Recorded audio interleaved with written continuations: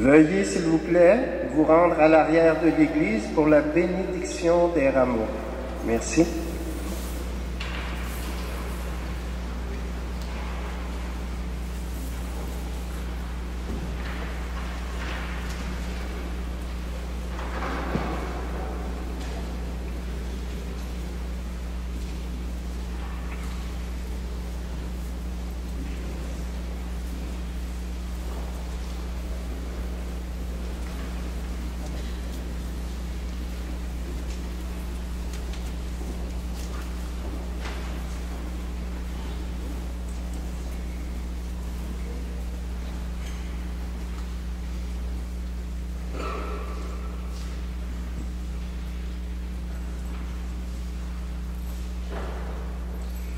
Alors bonjour et bienvenue en ce dimanche des Rameaux, et que le Seigneur Jésus-Christ, qui s'est abaissé par amour pour nous, soit toujours avec vous. Frères et sœurs, nous voici donc rendus à la grande Semaine Sainte, la semaine la plus grande, la plus importante de l'année liturgique, et nous commençons cette semaine en célébrant l'entrée de Jésus dans la ville sainte, c'est-à-dire la ville de Jérusalem. Il est accueilli comme un roi Messie, qu'il est tant attendu, mais un roi un peu différent de ce que les gens attendaient. Il vient plutôt comme un roi humble monté sur un âne, sans couronne et sans armée. Car il est le maître, nous le savons, il est le maître doux et humble de cœur. Aujourd'hui, unis à toutes les communautés chrétiennes du monde entier, prenons en main nos rameaux pour accueillir dans la joie le Christ, notre roi. Dieu Tout-Puissant, daigne bénir ces rameaux que nous portons pour fêter le Christ, notre roi. Accorde-nous d'entrer avec lui dans la Jérusalem célèbre, lui qui vit et règne avec toi et l'Esprit Saint, Dieu, pour les siècles des siècles. Amen.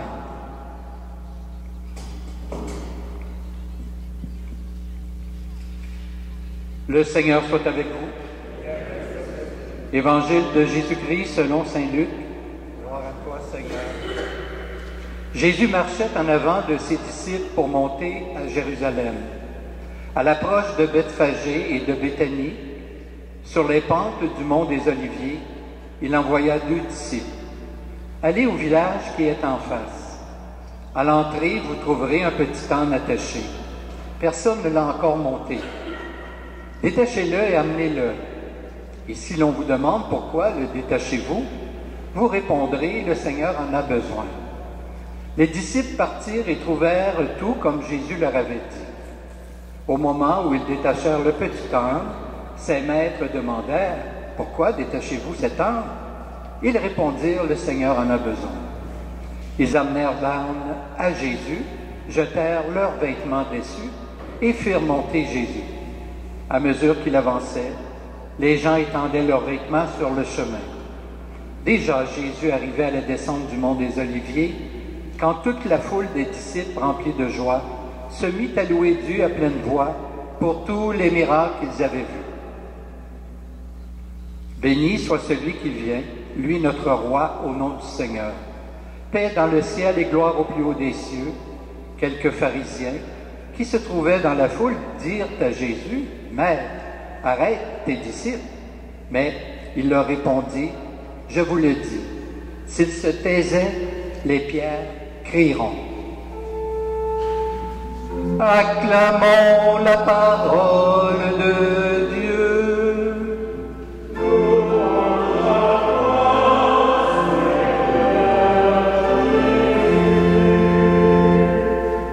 Et maintenant, avançons comme les foules de Jérusalem, heureuses d'acclamer le Messie.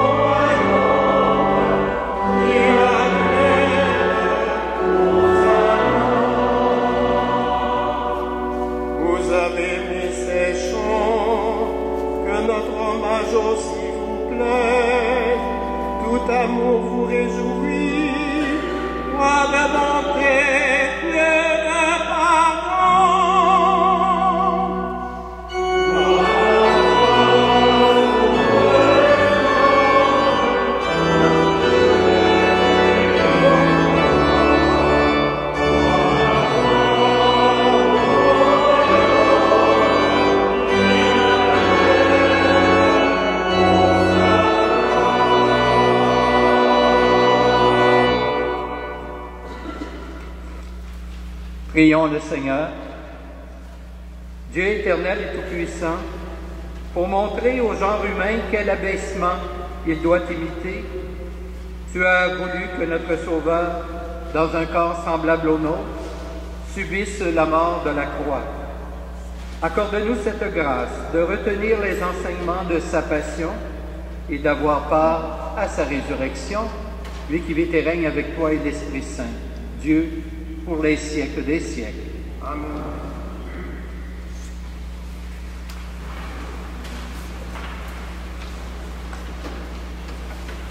Première lecture du livre d'Ésaïe.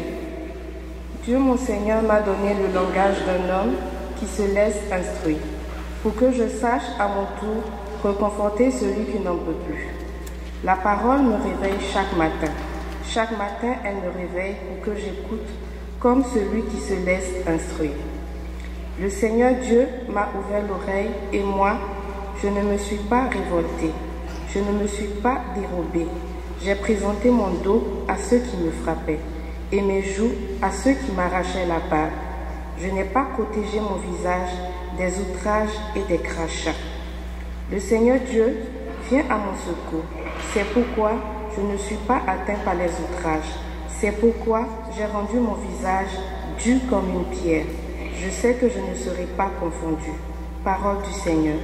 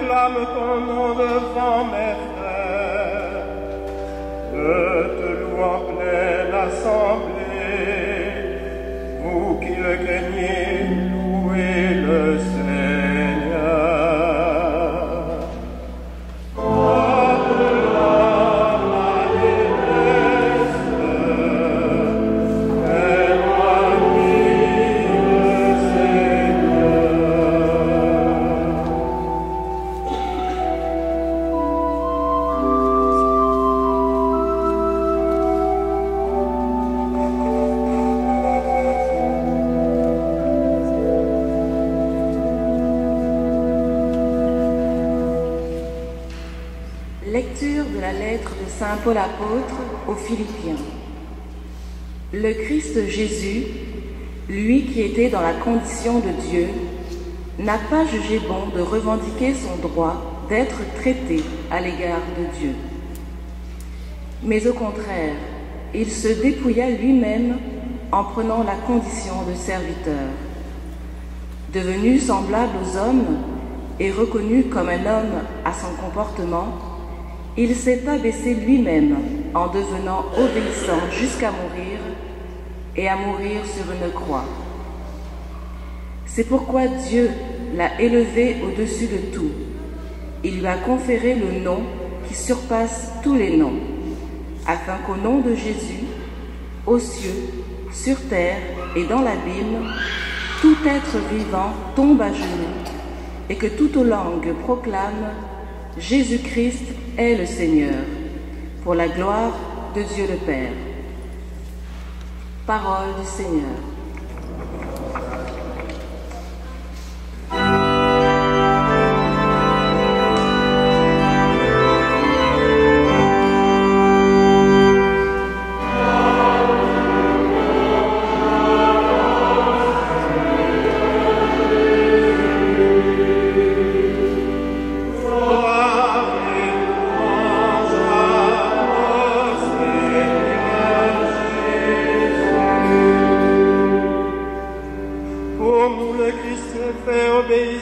Jusqu'à la mort, et la mort sur une croix.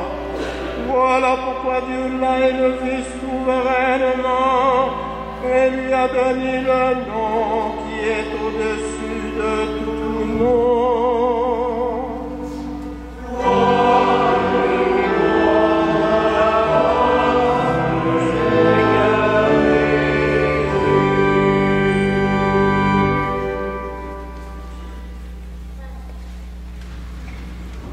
Passion de notre Seigneur Jésus-Christ selon saint Luc.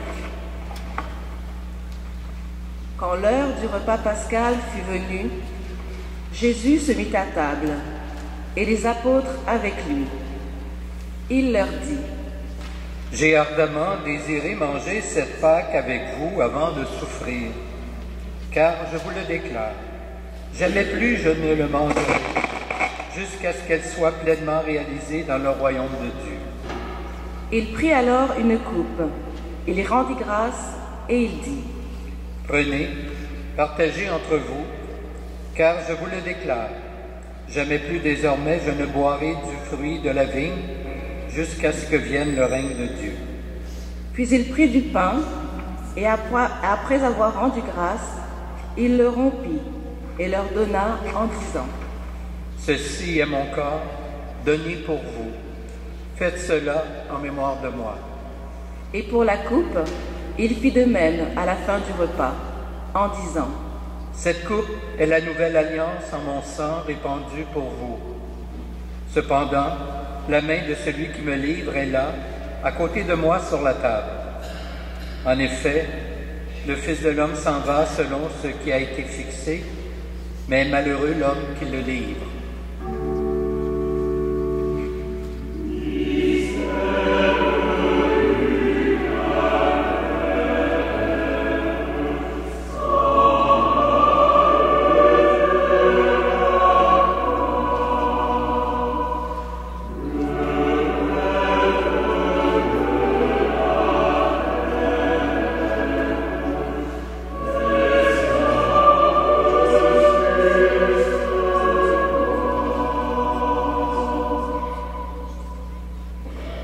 Les apôtres commencèrent à se demander les uns aux autres lequel d'entre eux allait faire cela.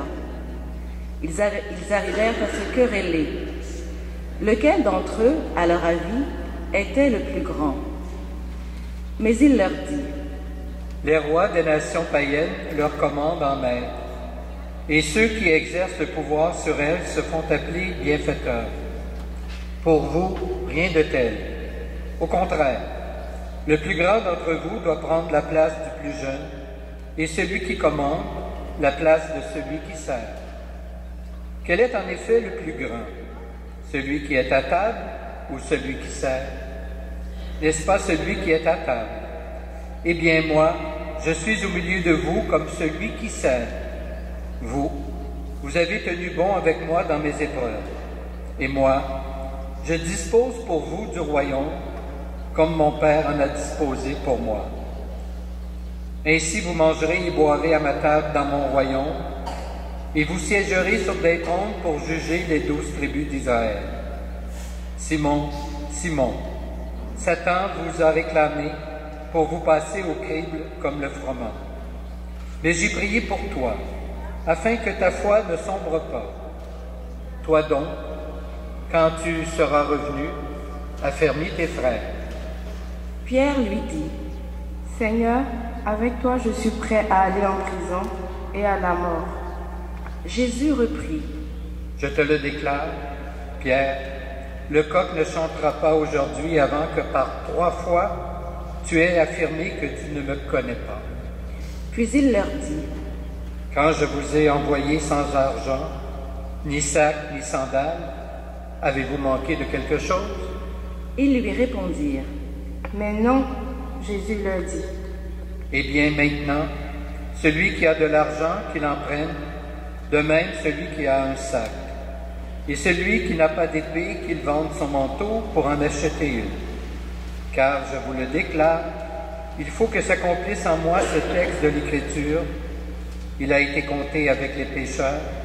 De fait, ce qui me concerne va se réaliser. » Ils lui dirent, « Seigneur, voici 2 épées. » Il leur répondit, « Cela suffit. » Jésus sortit pour se rendre, comme d'habitude, au mont des Oliviers, et ses disciples le suivirent.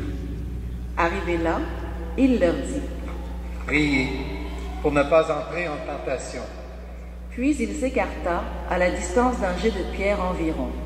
Se mettant à genoux, il priait. « Père, si tu veux, éloigne de moi cette coupe. Cependant, que ce ne soit pas ma volonté qui se fasse, mais la tienne. » Alors du ciel lui apparut un ange qui le réconfortait. Dans l'angoisse, Jésus priait avec plus d'insistance, et sa sueur devint comme des gouttes de sang qui tombaient jusqu'à terre.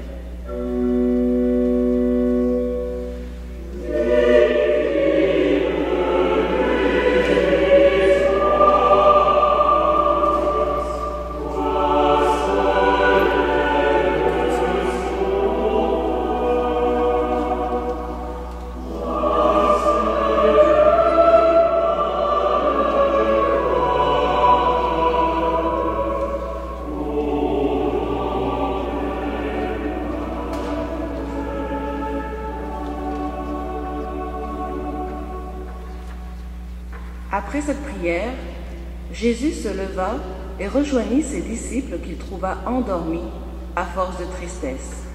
Il leur dit, « Pourquoi dormez-vous? Levez-vous et priez pour ne pas entrer en tentation. » Il parlait encore quand parut une foule de gens. Le nommé Judas, l'un des 12, marchait à leur tête. Il s'approcha de Jésus pour l'embrasser. Jésus lui dit, « Judas, c'est par un baiser que tu livres le Fils de l'homme? » Voyant ce qui allait se passer, ceux qui entouraient Jésus lui dirent, « Seigneur, faut-il frapper avec l'épée ?» L'un d'eux frappa le serviteur du grand prêtre et lui trancha l'oreille droite.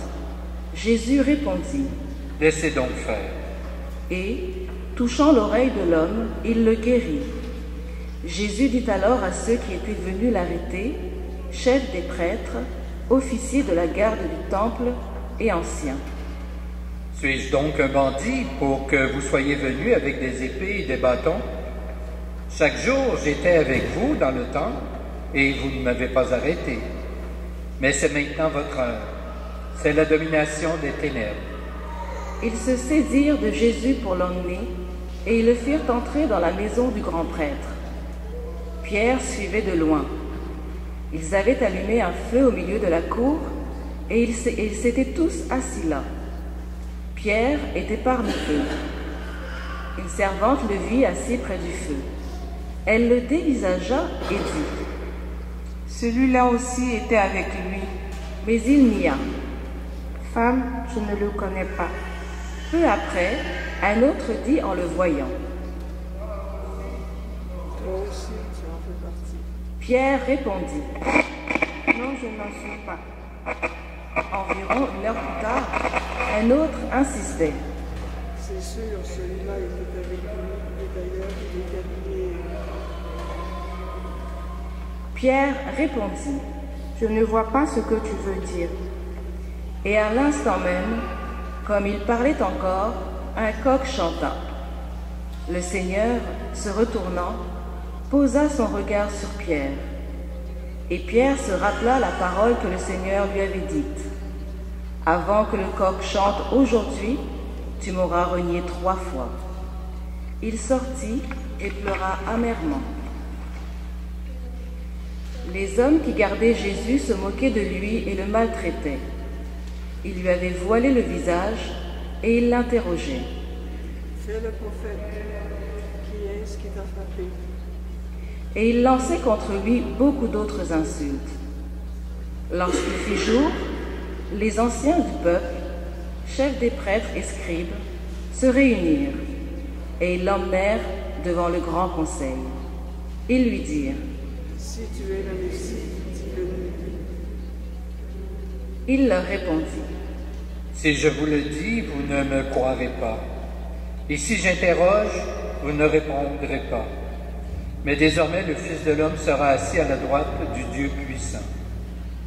tous lui dirent alors, Tu es donc le Fils de Dieu. et il leur répondit. C'est vous qui dites que je le suis. Ils dirent alors, Pourquoi nous faut-il encore un témoignage? Nous-mêmes, nous l'avons entendu de sa bouche. et ils se levèrent tous ensemble et l'emmenèrent chez Pilate. Ils se mirent alors à l'accuser. Nous avons trouvé cet homme en train de semer le désordre dans notre nation. Il empêche de prendre l'empereur et se dit le roi du Israël. Pilate l'interrogea. Es-tu le roi des Juifs? Jésus répondit. C'est toi qui le dis. Pilate s'adressa au chef des prêtres et à la foule. Je ne trouve chez cet homme aucun motif de condamnation. Mais ils insistaient. Il soulevait le peuple en enseignant dans tout le pays. Les Juifs à partir de là jusqu'ici. À ces mots, Pilate demanda si l'homme était galiléen. Apprenant qu'il relevait de l'autorité d'Hérode, il le renvoya à ce dernier, qui se trouvait lui aussi à Jérusalem en ces jours-là. À la vue de Jésus, Hérode éprouva une grande joie. Depuis longtemps il désirait le voir à cause de ce qu'il entendait dire de lui, et il espérait lui voir faire un miracle. Il lui posa beaucoup de questions, mais Jésus ne lui répondit rien. Les chefs des prêtres et les scribes étaient là, et l'accusaient avec violence. Hérode, ainsi que ses gardes, le traita avec mépris et se moqua de lui. Il le revêtit d'un manteau de couleur éclatante et le renvoya à Pilate. Ce jour-là, Hérode et Pilate devinrent des amis, alors qu'auparavant, ils étaient ennemis. Alors Pilate convoqua les chefs des prêtres, les dirigeants et le peuple. Il leur dit, Vous m'avez emmené cet homme en l'accusant de mettre le désordre dans le peuple. Or, j'ai moi-même instruit l'affaire devant vous, et parmi les faits dont vous l'accusez, je n'ai trouvé chez cet homme aucun motif de condamnation. D'ailleurs, Hérode non plus, puisqu'il nous l'a envoyé. En somme, cet homme n'a rien fait qui mérite la mort. Je vais donc le faire châtier et le relâcher. Ils se mirent à crier tous ensemble.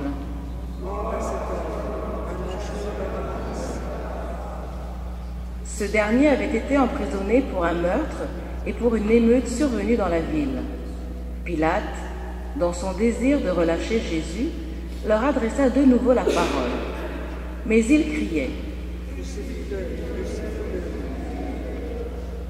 Pour la 3e fois, il leur dit, Quel mal a donc fait cet homme? Je n'ai trouvé en lui aucun motif de condamnation à mort. Je vais donc le faire châtier, puis le relâcher. mais eux insistaient à grands cris. réclamant qu'il soit crucifié, et leurs cris s'amplifiaient. Alors Pilate décida de satisfaire leur demande. Il relâcha le prisonnier condamné pour émeute et pour meurtre, celui qu'il réclamait, et il livra Jésus à leur bon plaisir.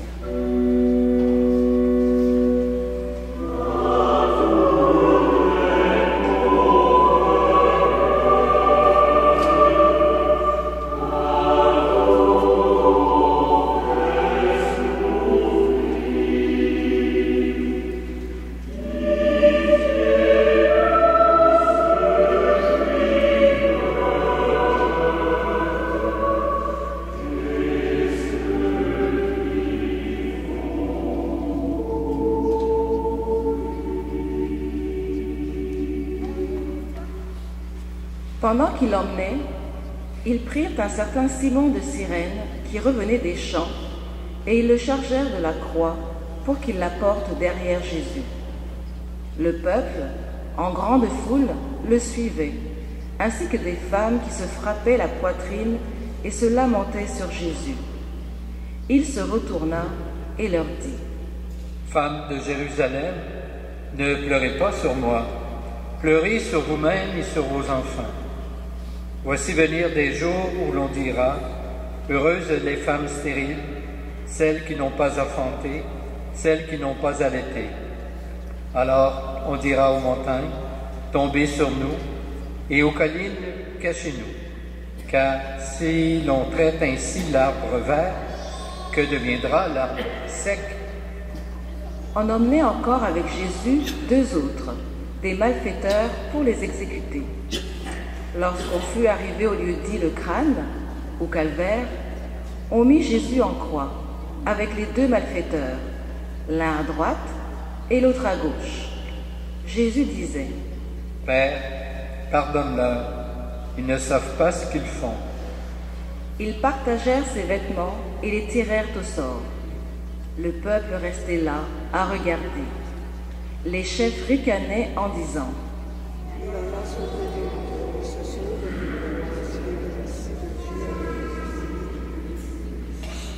Les soldats aussi se moquaient de lui.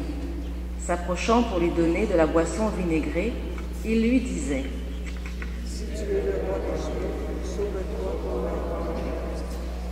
Une inscription était placée au-dessus de sa tête: Celui-ci est le roi des Juifs.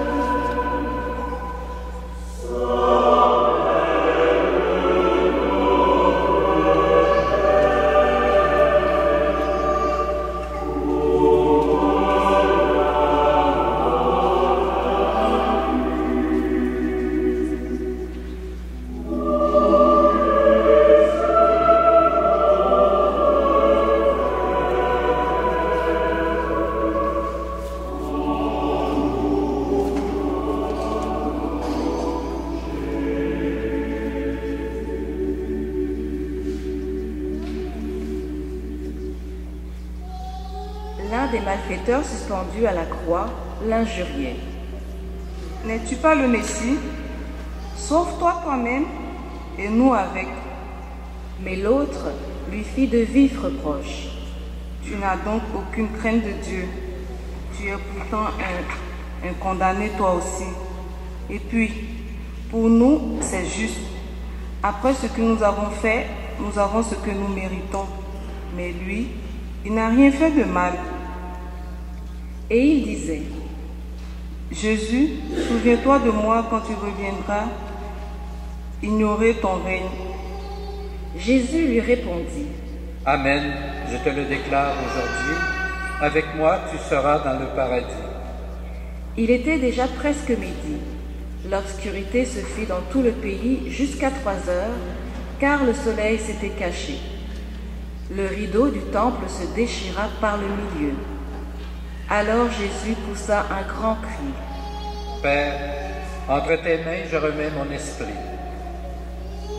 Et après avoir dit cela, il expira.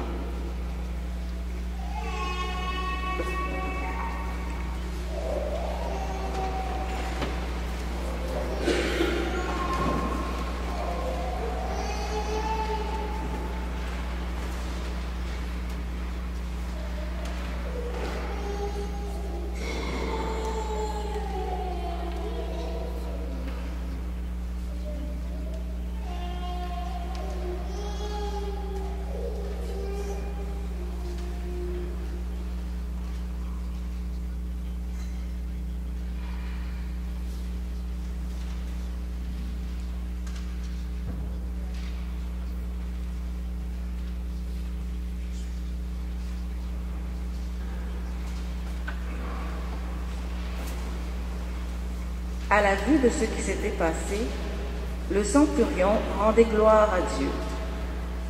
Sûrement, cet homme, c'était injuste. Et tous les gens qui s'étaient rassemblés pour ce spectacle, voyant ce qui était arrivé, s'en retournaient en se frappant la poitrine. Tous ses amis se tenaient à distance, ainsi que les femmes qui le suivaient depuis la Galilée et qui le regardaient. Alors arriva un membre du conseil, nommé Joseph. C'était un homme bon et juste. Il n'avait donné son accord ni à leur délibération, ni à leurs actes. Il était d'Arimathie, ville de Judée, et il attendait le royaume de Dieu. Il alla trouver Pilate et demanda le corps de Jésus.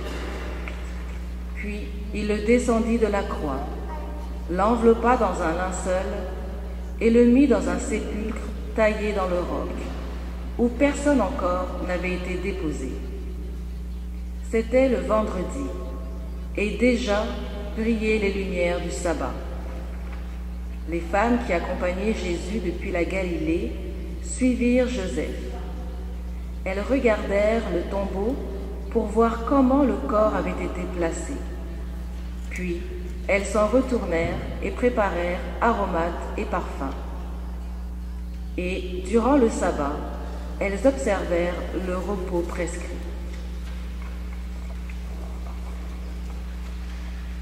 Et maintenant, nous pouvons nous asseoir quelques instants et en silence méditer ce riche texte de l'Évangile de Luc.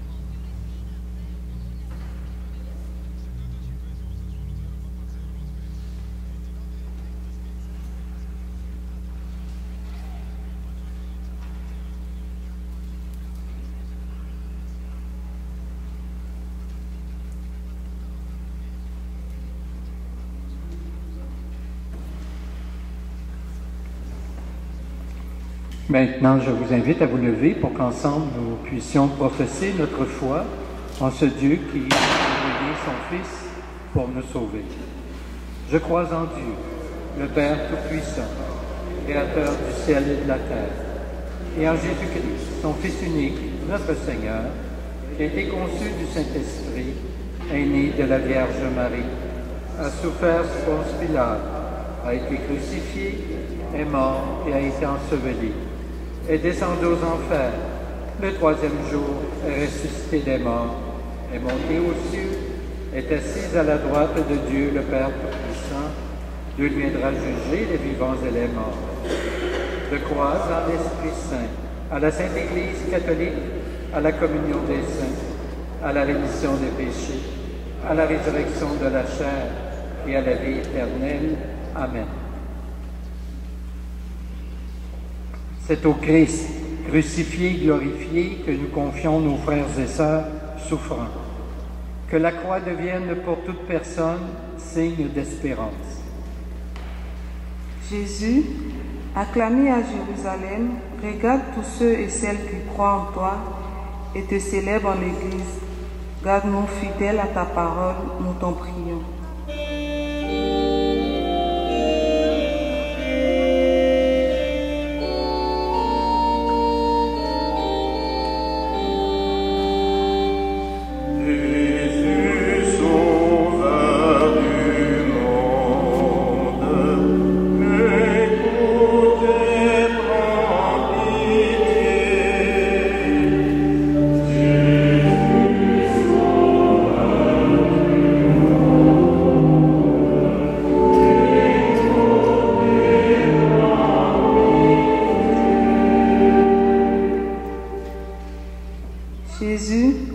Condamnés aux mains des puissants, assistent dans leurs responsabilités les dirigeants de tous les pays, éclaire-les de ta lumière, nous t'en prions.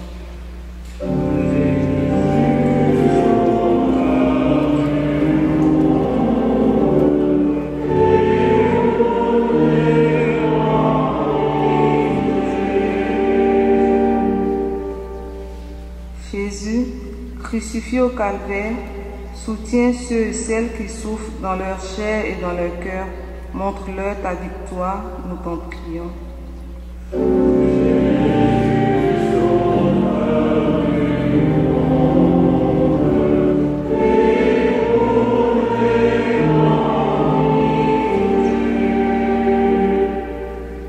Jésus, déposé au tombeau, affermis l'espérance de ceux et celles qui doutent et soutient celles qui sont dans le deuil. Dans l'attente de Pâques, nous t'en prions.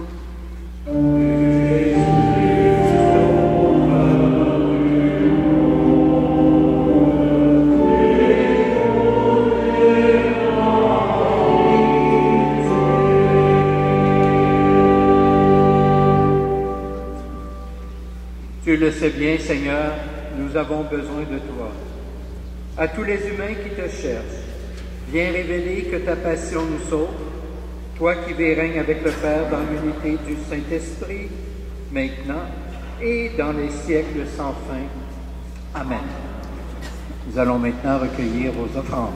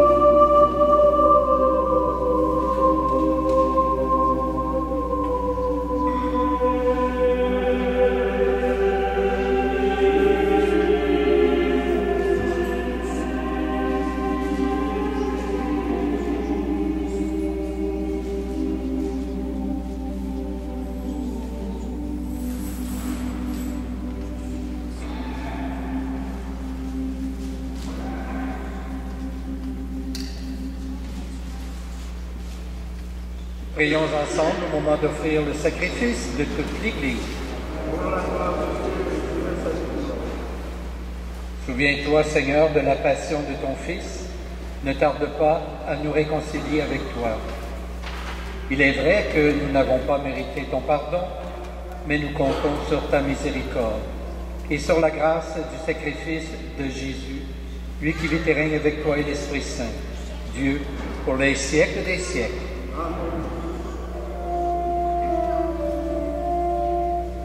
Le Seigneur soit avec vous.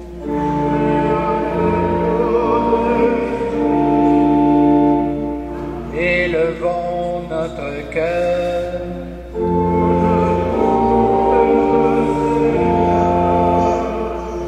Rendons grâce au Seigneur notre Dieu.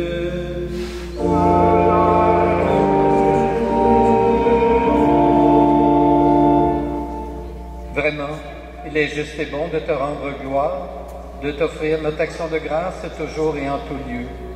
À toi, Père très saint, Dieu éternel et tout-puissant, par le Christ notre Seigneur. Alors qu'il était innocent, il a voulu souffrir pour les coupables, et sans avoir commis le mal, il s'est laissé juger comme un criminel.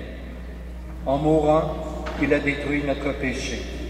En ressuscitant, il nous fait vivre, il nous sanctifie. C'est par lui que la terre et le ciel, le peuple de Dieu avec tous les anges, ne cessent de t'acclamer en chantant.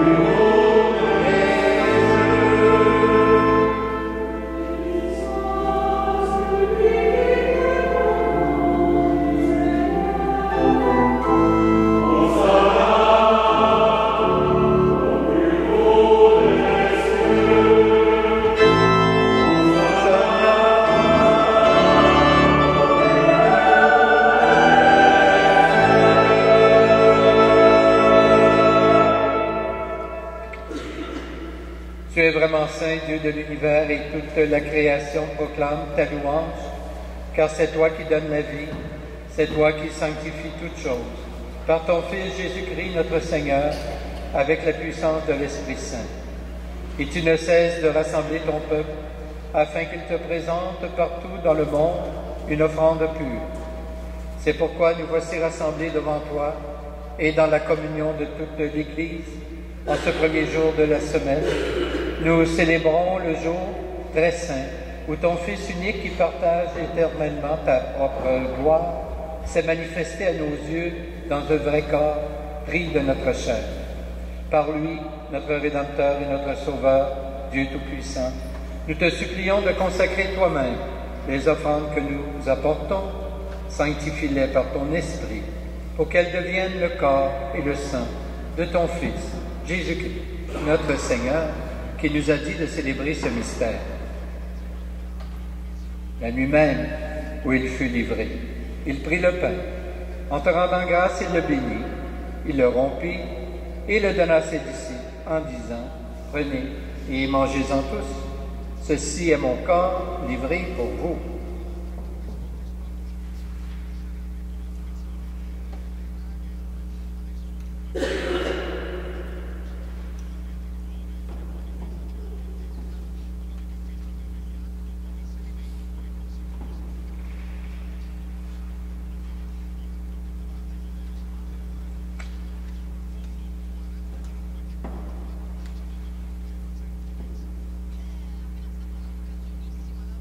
De même, à la fin du repas, il prit la coupe.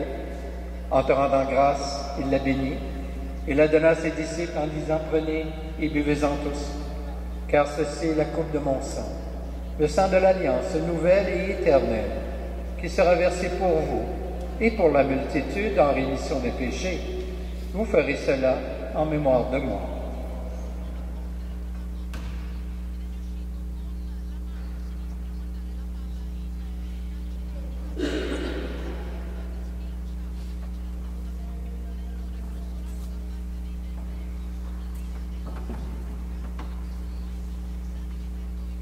Il est grand le mystère de la foi.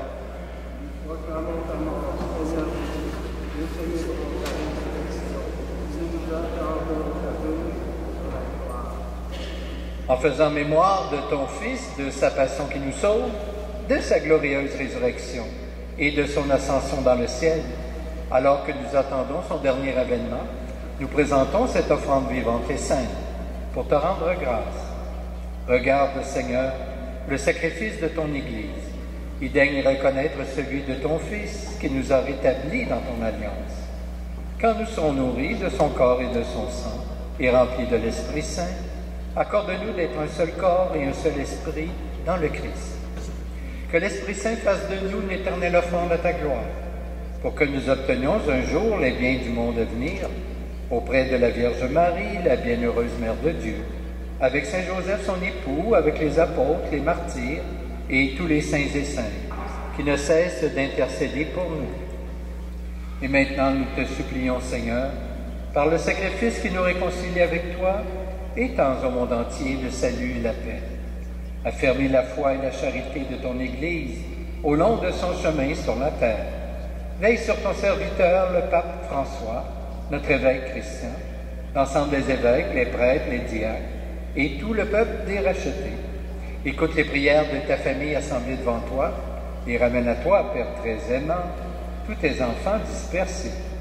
Pour nos frères et sœurs défunts, pour les humains qui ont quitté ce monde, et dont tu connais la droiture, nous te prions. Nous prions spécialement ce matin pour Manuel Soares Pereira, sans oublier tous nos parents et amis défunts.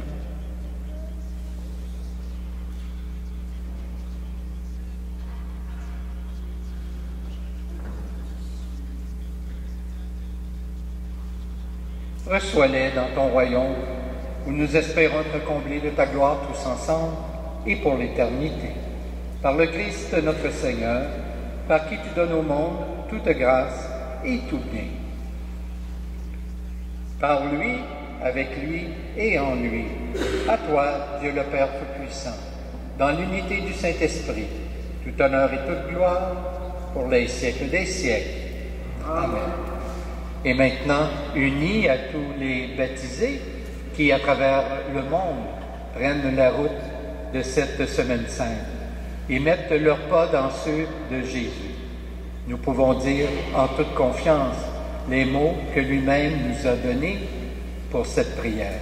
Notre Père, qui es aux cieux, que ton nom soit sanctifié, que ton règne vienne, que ta volonté soit faite, sur la terre comme au ciel. Donne-nous aujourd'hui notre pain de ce jour. Pardonne-nous nos offenses, comme nous pardonnons aussi à ceux qui nous ont offensés. Et ne nous laisse pas entrer en tentation, mais délivre-nous du mal. Délivre-nous de tout mal, Seigneur, et donne la paix à notre temps. Par ta miséricorde, libère-nous du péché.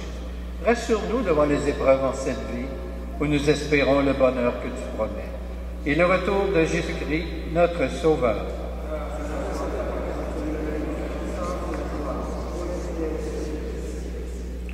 Seigneur Jésus-Christ, tu as dit à tes apôtres, je vous laisse la paix, je vous donne ma paix. Ne regarde pas nos péchés, mais plutôt la foi de ton Église. Et pour que ta volonté s'accomplisse, donne-lui toujours cette paix et conduis-la vers l'unité parfaite. Toi qui règnes pour les siècles des siècles, que la paix du Seigneur soit toujours avec vous. Échangeons entre nous un signe de cette paix.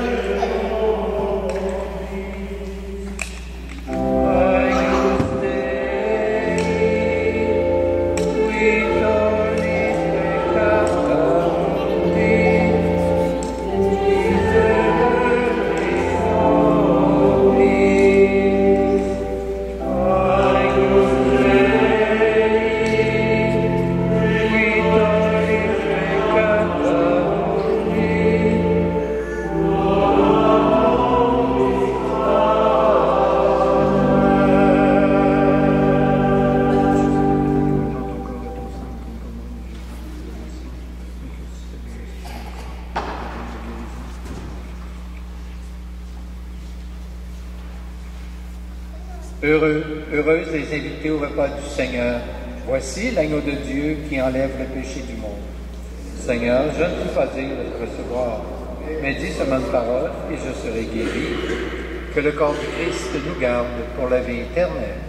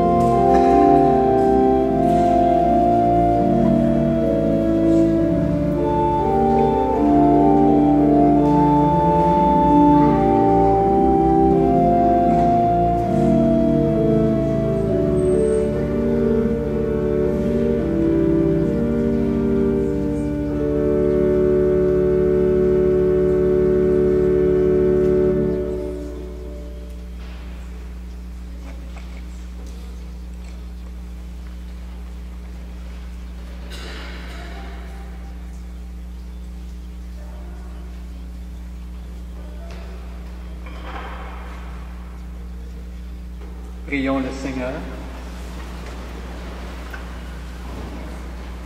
Dieu notre Père, nous avons célébré le don que tu nous fais en ton Fils et nous avons communié au pain de sa vie donnée. Nous l'acclamons comme le Seigneur de nos vies et notre cœur se fait brûlant lorsque nous écoutons le récit de sa passion. Nous te prions encore, nous qui allons le suivre au long de cette semaine sainte, donne-nous de faire de nos vies un signe de ton amour sans limite, pour que chaque homme et chaque femme soit un signe de ton amour, toi qui es vivant, pour les siècles des siècles. Amen. Alors, je recommande à vos prières l'âme de M. Yvon Roy, décédé à la fin du mois de mars et dont les funérailles ont eu lieu à Lévis. Et la semaine prochaine, samedi, à 15h, il y aura messe commémorative pour le repos de l'âme de M. Fernand Gault, à 15h. Je vous rappelle en même temps l'horaire des offices de la semaine sainte. Alors, jeudi prochain, le jeudi saint, l'office aura lieu à 20h en soirée. Vendredi, à 15h. Samedi, pour la vigile pascale, ce sera à 20h. Et dimanche, comme à l'habitude, à la messe, le jour de la résurrection, à 10h. Le Seigneur soit avec vous.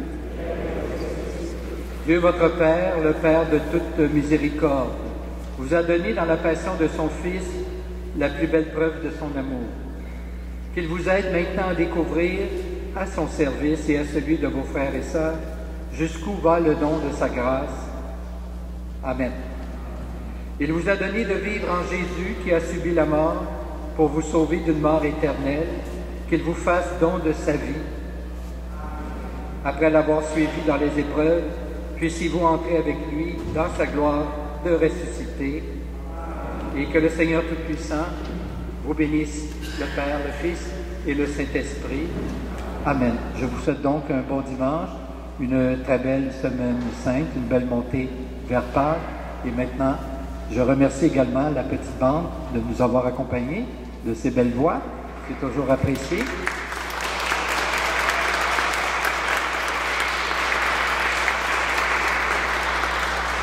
Et en ce qui nous concerne, nous allons aller maintenant dans la paix du Christ. Nous rendons gloire à Dieu.